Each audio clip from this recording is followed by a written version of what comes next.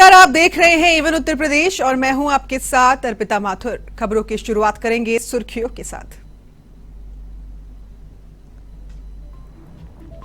गोरखपुर से वाराणसी के लिए शुरू हुई हवाई सेवा। सीएम योगी ने वर्चुअल तरीके से किया शुभारंभ। पीएम मोदी और केंद्रीय विमानन मंत्री ज्योतिरादित्य सिंधिया को दिया धन्यवाद।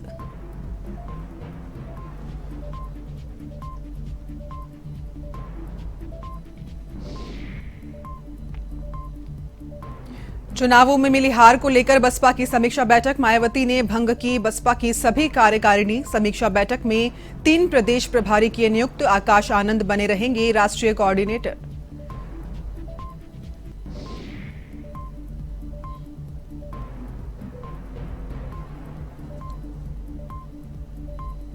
पीलीभीत में पेट्रोल पंप के कर्मचारियों से दिन दहाड़े लूट। 3 बदमाशों ने दिया वारदात को अंजाम। सेल्समैन को चाकू मारकर 2.5 लाख रुपए लूटकर हुए फरार। घटना सीसीटीवी में कैद।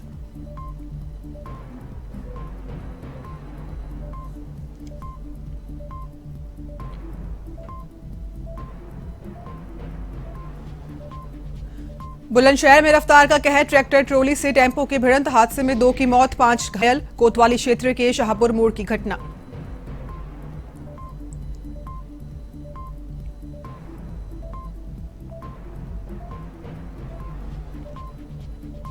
वहीं हापुड़ में पुलिस और बदमाशों के बीच मुठभेड़। पुलिस के हत्थे चढ़ा 25,000 रुपए का इनामी बदमाश। आरोपी से चोरी की हुई बाइक और अवैध हथियार बरामद।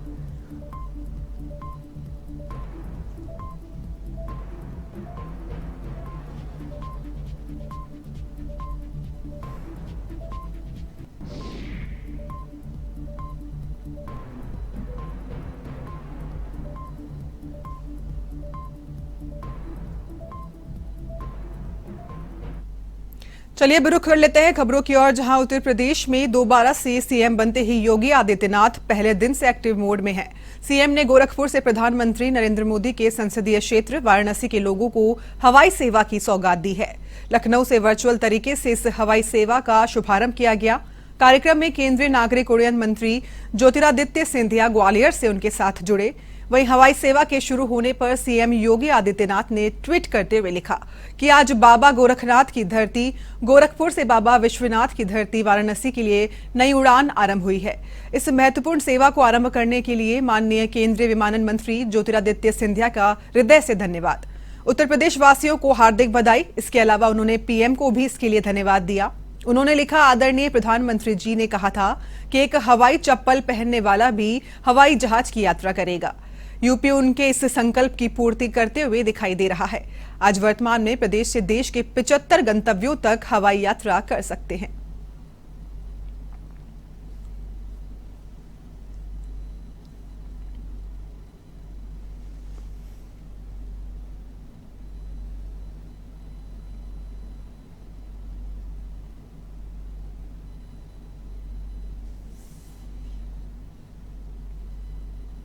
ये मेरे लिए अत्यंत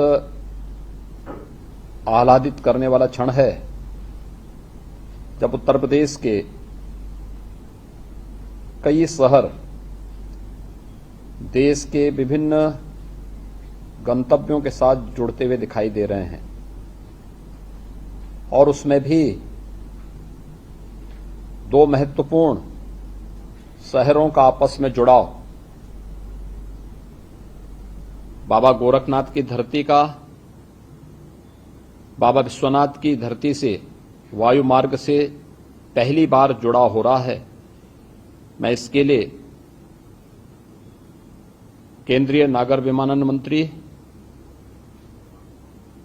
माननीय श्री ज्योतिरादित्य सिंधिया जी को हृदय से धन्यवाद देता हूं।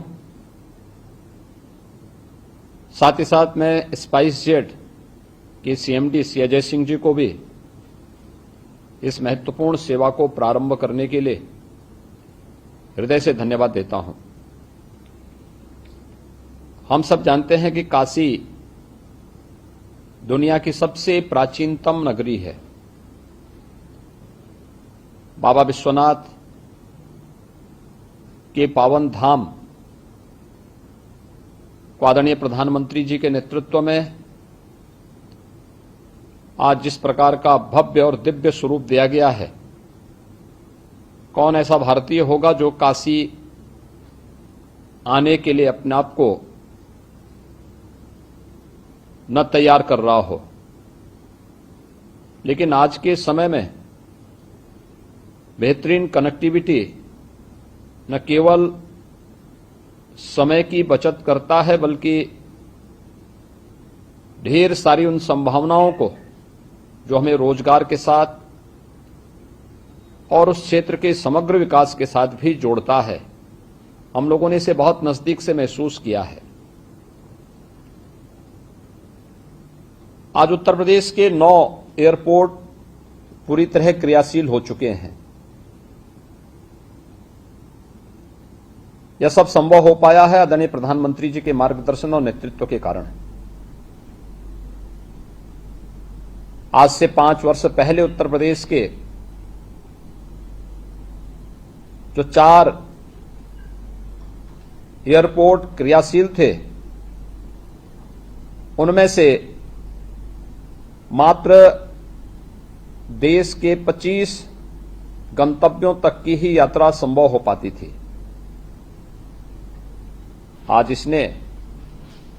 आज देश के अंदर वायु क्षेत्र में जिस तेजी के साथ विकास हुआ है, उत्तर प्रदेश आज उसका एक बेहतरीन उदाहरण प्रस्तुत कर रहा है। वहीं बहुजन समाज पार्टी की मुखिया मायावती ने लखनऊ स्थित कार्यालय में समीक्षा बैठक की, जिसमें विधानसभा चुनावों में मिली हार को लेकर मंथन किया गया। तो वहीं इस बैठक में मायावती ने कई अहम निर्णय लिए। उन्होंने पार्टी संगठन में प्रदेश स्तर पर 3 प्रभारी बनाए जाने की घोषणा की, जहां बाबू मुनकाद अली, राजकुमार गौतम और विजय प्रताप को प्रदेश प्रभारी बनाया गया है। मुनकाद अली से पहले प्रदेश अध्यक्ष रह चुके हैं। वहीं प्रदेश अध्यक्ष भीम राजभर को बरकरार रखा गया है। इसके अलावा आकाश आनंद राष्ट्रीय कोऑर्डिनेटर बने गए हैं। साथ ही मायावती ने कहा कि सभी कार्यकर्ता आगे की तैयारियों में मजबूती से जुट जाएं। उन्होंने ये भी कहा कि संगठन में काम करने वालों को आगे बढ़ाया जाएगा और निष्क्रिय कार्यकर्ताओं को सचेत किया। आपको बता दें, विधानसभा चुनाव 2022 में बसपा 403 विधानसभा सीटों में से सिर्फ 1 सीट पर ही जीत दर्ज कर सकी है।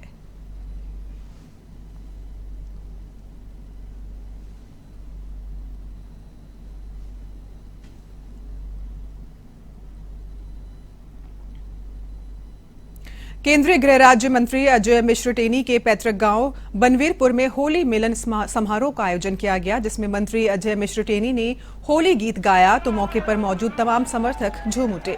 इस दौरान मौके पर मौजूद लोगों ने एक दूसरे को रंग गुलाल लगाकर खुशी का इजहार किया और टेनी ने सभी को होली की शुभकामनाएं देते हुए कहा कि आपके प्यार ने विरोधियों की हवा निकाल दी है। जनपद की 8 सीटें जीतने से कार्यकर्ताओं का उत्साह भी बढ़ा है।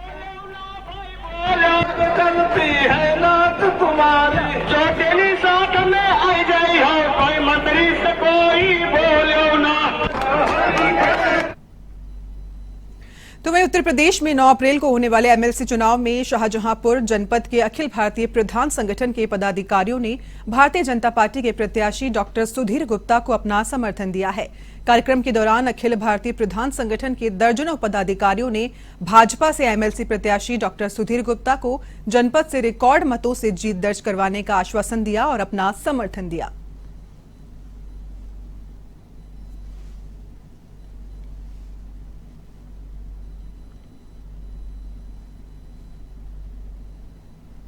इस उद्देश्य से किया गया कि जो हमारे पूरे जिले के पदाधिकारी हैं, ब्लॉक अध्यक्ष और जिले की टीम, उनसे प्रत्याशी जी का परिचय हो जाए और हम लोग एकजुटता से उनको लड़ाएंगे।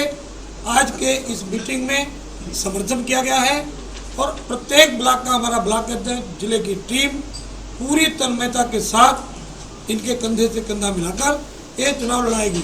और इसके पीछे कारण है, अभी भारतीय जनता पार्टी की सरकार ने 15 दिसंबर को प्रधानों का मानदेय बढ़ाया, हमारी वित्तीय स्वीकृत किसी। अयोध्या नगर निगम के प्रवर्तन दल ने चौक के रिफ्यूजी मार्केट में अचानक छापा मारा और लगभग दर्जनों दुकानों का चालान भी कर दिया। यह देखकर पूरे व्यापारी वर्ग में हड़कंप मच गया। तो वहीं व्यापारियों की दुकान के सामने बने चबूतरे को तोड़ने की खबर पर सैकड़ों व्यापारियों ने प्रदर्शन किया और लगभग आधे घंटे तक चौक का मुख्य मार्ग भी जाम कर दिया। मामले को बढ़ता देखकर पुलिस ने व्यापारियों को समझाकर रास्ते को सुचारू रूप से चालू करवाया।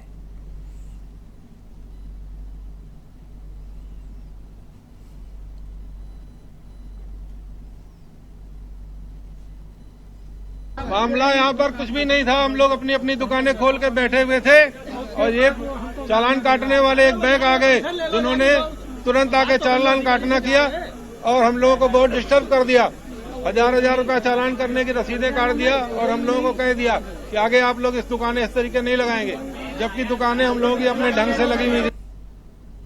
योगी सरकार में राज्य मंत्री बनने के बाद पहली बार सतीश चंद्र शर्मा बाराबंकी पहुंचे, जहां बीजेपी कार्यकर्ताओं और समर्थकों ने उनका जोरदार स्वागत किया।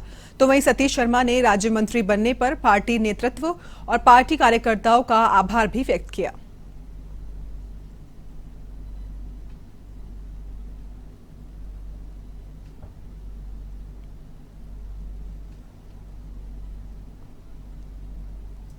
अयोध्या में मासूम के साथ हुई दरिंदगी के विरोध में कांग्रेस पार्टी ने जिला अध्यक्ष अखिलेश यादव के नेतृत्व में विरोध मार्च निकालकर बालिका को न्याय दिलाने की मांग की है।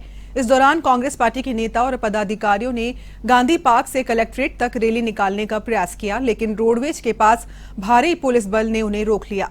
ऐसे में नाराज कांग्रेसियों ने मासूम को न्याय दिलाने के लिए नारेबाजी की और मौके पर पहुंचे सिटी मजिस्ट्रेट ने उनका ज्ञापन लेते हुए उनको समुचित कार्रवाई का आश्वासन दिया। कांग्रेस के जिला अध्यक्ष अखिलेश यादव ने बताया कि अयोध्या धर्म की नगरी है, लेकिन एक मासूम बच्ची के साथ यहां अधर्म हुआ है। जब तक मासूम को न्याय नहीं मिल जाता, हमारी ये लड़ाई जारी रहेगी।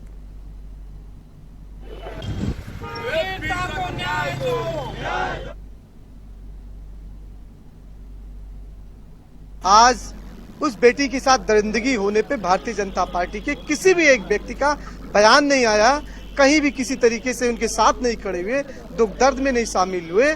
आज हम कांग्रेस जन उस बेटी को न्याय दिलाने के लिए सड़कों पे उतर करके ज्ञापन दिया है। और दरिंदगी होती है, अभी तक एक दरिंदगा गिरफ्तार हुआ। बेटी स्वयं, वो मासूम बेटी बयान देती है वीडियो के माध्यम से कि मेरे साथ तीन दरिंदगे थे। वहीं उत्तर प्रदेश के महोबा जनपद में चरखारी कोतवाल शशि कुमार पांडे को पुलिसकर्मियों द्वारा विदाई दी गई।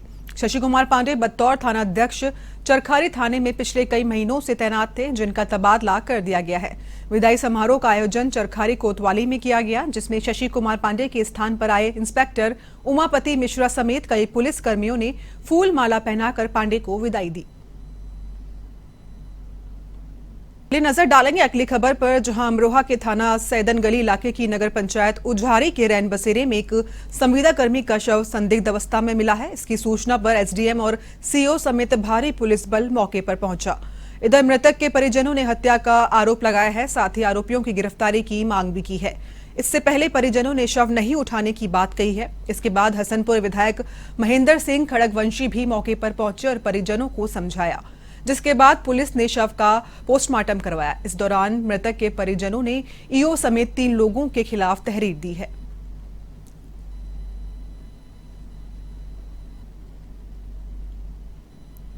वहीं पीलीभीत में पेट्रोल पंप के सेल्समैन के साथ दिन दहाड़े लूट की वारदात सामने आई है, जहां 3 बदमाशों ने पेट्रोल पंप के कर्मचारियों को चाकू मारकर 2.5 लाख रुपए लूटे और फरार हो गए।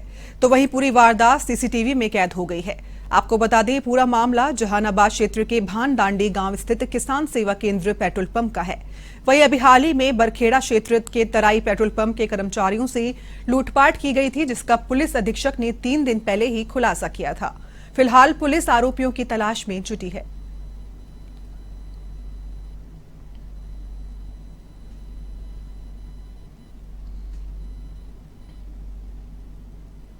लखीमपुर खीरी में विवाहिता की संदिग्ध परिस्थितियों में मौत का एक मामला सामने आया है। घटना निघासन थाना क्षेत्र के नानोहा गांव की है।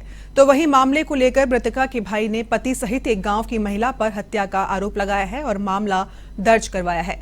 फिलहाल पुलिस पूरे मामले की जांच में जुटी है।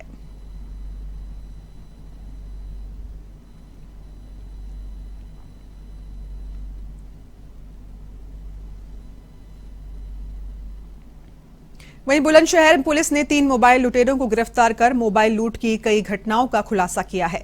आरोपियों ने बुलंदशहर और अलीगढ़ के अलग अलग स्थानों से मोबाइल लूट की वारदात को अंजाम दिया था। पुलिस ने लूट के 8 मोबाइल बरामद कर लिए हैं।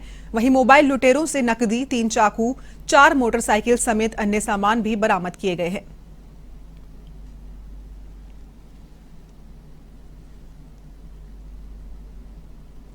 यूपी के हापुड़ में पुलिस और बदमाशों के बीच मुठभेड़ हो गई, जिसमें 25,000 का इनामी बदमाश पुलिस के हत्थे चढ़ गया।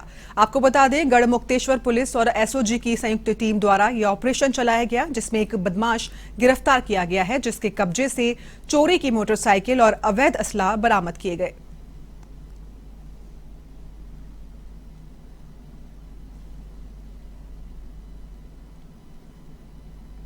की सूचना पर गढ़ पुलिस व एसओजी टीम द्वारा पूर्व से वांछित व 25,000 की इनामिया बदमाश के साथ मुठभेड़ हुई, जिसमें एक अभियुक्त चांद पुत्र इस्लामुद्दीन के पैर पे गोली लगी व एक बदमाश भागने में सफल रहा। घायल बदमाश को हॉस्पिटल भेजा गया। मौके से एक तमंचा, 2 खोखा व 2 जिंदा कारतूस व बिना नंबर प्लेट की गाड़ी, मोटरसाइकिल। कानपुर देहात की भोगनीपुर कोतवाली क्षेत्र में घर के बाहर खेल रही 5 वर्षीय मासूम को अगवा करने का एक मामला सामने आया है और करीब 4 दिन बाद उसका शव एक गन्ने के खेत में पड़ा मिला, जिसके बाद पुलिस टीम ने आरोपी को गिरफ्तार कर मामले का खुलासा किया और बताया कि आरोपी शराब के नशे में मासूम को उठा ले गया था, गन्ने के खेत में उसकी हत्या कर दी थी।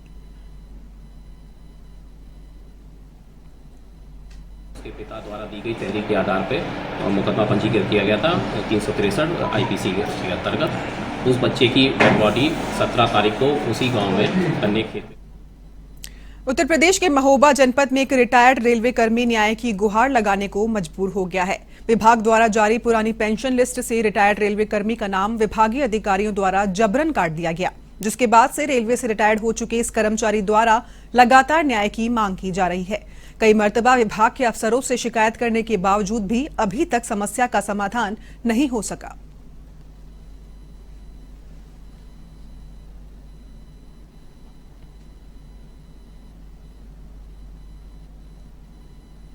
वहीं जालौन के उरई में दिन दहाड़े टप्पेबाजों ने सरे बाजार एक पोस्टमैन के बैग से 2 लाख रुपए पार कर लिए। इस घटना के बाद इलाके में हड़कंप मच गया और पुलिस ने मौके पर पहुंचकर मामले की जांच की। आपको बता दें, ये टप्पेबाजी की घटना उरई कोतवाली क्षेत्र के घंटाघर चौराहे पर हुई, जब उरई के रहने वाले रविंद्र कुमार मिश्रा उपडाक खाने से 2 लाख रुपए की नकदी निकालकर घर जा रहे थे। वे घंटाघर के पास पहुंचे ही थे कि उसी दौरान पहले से ही पीछा कर रहे 2 युवकों ने पोस्टमैन के आगे गाड़ी लगा दी और बैग से 2 लाख की नकदी पार कर ली।